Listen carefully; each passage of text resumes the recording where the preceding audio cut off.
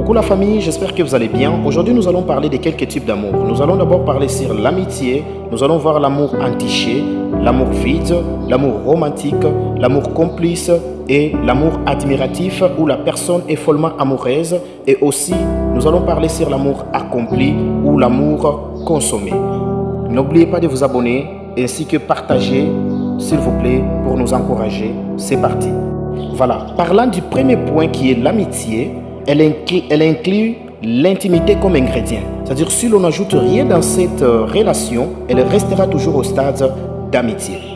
Maintenant, quant à l'amour entiché, cette relation a comme ingrédient la passion.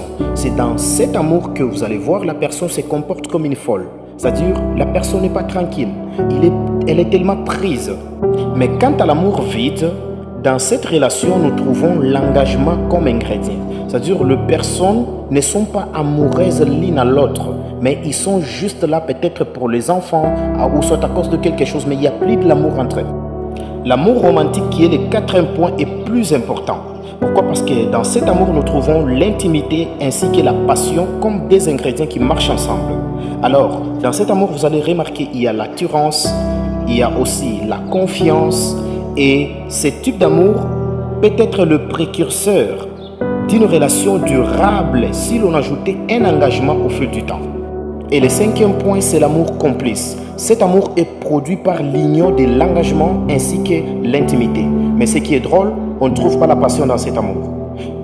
Mais dans cet amour, vous allez juste remarquer qu'il y a le respect ainsi que la confiance qui règne. Et le sixième amour, c'est l'amour admiratif. Dans cet amour, nous voyons juste qu'il y a la passion, mais sans affection. Où vous voyez les personnes en train de vivre pas beaucoup plus ensemble, ils ne partagent plus presque de secrets ensemble. Et le septième point, qui est le dernier point, c'est l'amour accompli. Cet amour est agréable, un amour écrit en majuscule. Et dans cet amour, tous les trois ingrédients marchent ensemble. Mais cela ne veut pas dire que cet amour est parfait. Il peut y avoir de hauts et de bas comme dans d'autres relations. Mais le plus nécessaire dans cet amour, c'est que la décision de rester ensemble, l'attirance physique, l'attirance mentale, c'est ce qui fait marcher ou qui fait continuer.